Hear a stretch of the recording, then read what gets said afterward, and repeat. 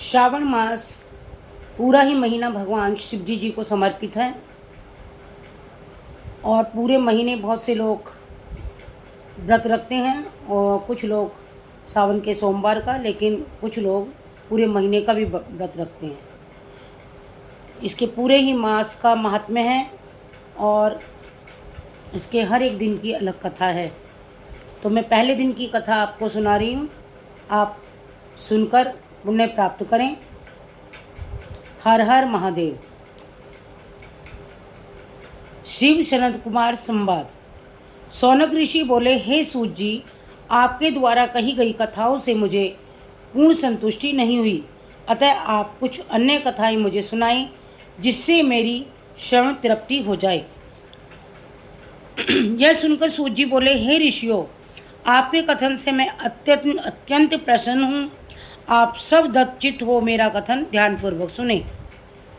अभिमान रहित ईश्वर भक्ति वाली समझ से दुष्ट विचारों को छोड़कर प्रभु में भक्ति के साथ भागवत वार्ता सुनने की इच्छा रखते हुए, विनम्र होकर ब्राह्मण की सेवा में विश्वास रखते हुए, धैर्य सहित और स्वभाव में नम्रता रखते हुए, मन वचन कर्म से पवित्र होकर, पूर्णतः आरोप प्रत्यारोप रहित होकर तथा तपस्वी वृत्ति में रहना आदि ये 12 गुण गीता जी में बताए गए हैं।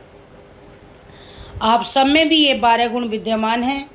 अब मन में आत्मा में प्रसन्नता अनुभव करता हुआ मैं आपके सामने तत्व ज्ञान की बातों का वर्णन करता हूँ। एक बार शिव ब्रह्मा पुत्र सनत कुमार जी से बोले, हे सनत कुमार जी, आपकी श्रद्धा और अत्यंत सेवा भाव से प्रसन्न हो मैं आपको रहस्यमय बात बतलाता हूँ। संपूर्ण वर्ष के 12 मासों में मुझे श्रावण मास सबसे अधिक प्रिय है। इस मास का महात्म्य श्रवण से ही मनोकामना पूर्ण हो जाती है, इसलिए यह मास श्रावण मास कहलाता है। पूर्ण महीने को श्रवण नक्षत्र योग होने पर भी इस मास को श्रावण मास कहते हैं। आकाश की तरह निर्मल बनने को नभः कहा गया है। इस मास के गुण एवं धार्मिक वार्ताओं का वर्णन करना तीनों लोकों में किसी भी सांसारिक प्राणी अथवा देवी देवताओं की शक्ति से भी परे है। इसके संपूर्ण फल को केवल जगतपति ब्रह्मा जी ही जानते हैं। देवराज इंद्रदेव इस श्रावण मास का महात्म्य देखने के लिए स्वयं आए। अनंत भगवान ने इस मास के फल का वर्णन करने के लिए 2000 जीवाएं धारण की थीं। हे महामुनि, वर्ष के अन्य माह इस माह की केवल कला को भी ग्रहण नहीं कर सकते हैं। श्रावण का यह पूरा महीना व्रत एवं धनजोन रहता है। इस माह में व्रत आदि पुण्य कार्य ज़्यादा से ज़्यादा करने चाहिए।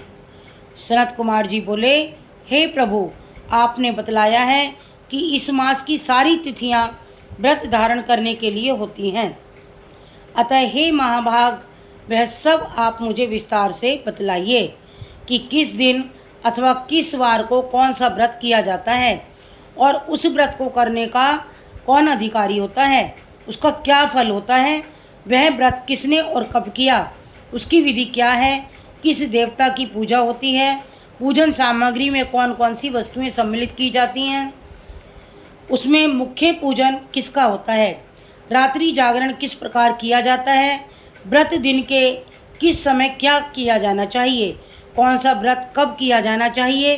हे प्रभु, मुझे आप विस्तार पूर्वक बतलाइए, यह मास आपको क्यों प्रिय है, श्रावण मास में कौन कौन से अनुष्ठान किए जाते हैं, यह माह क्यों पवित्र माना जाता है, अतः हे प्रभु, वह सब आप मुझे विस्तार से बतलाइए।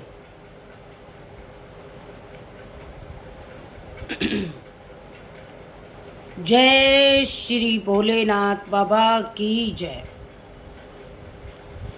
यह आज हमारा पहले दिन के अध्याय का महत्व था।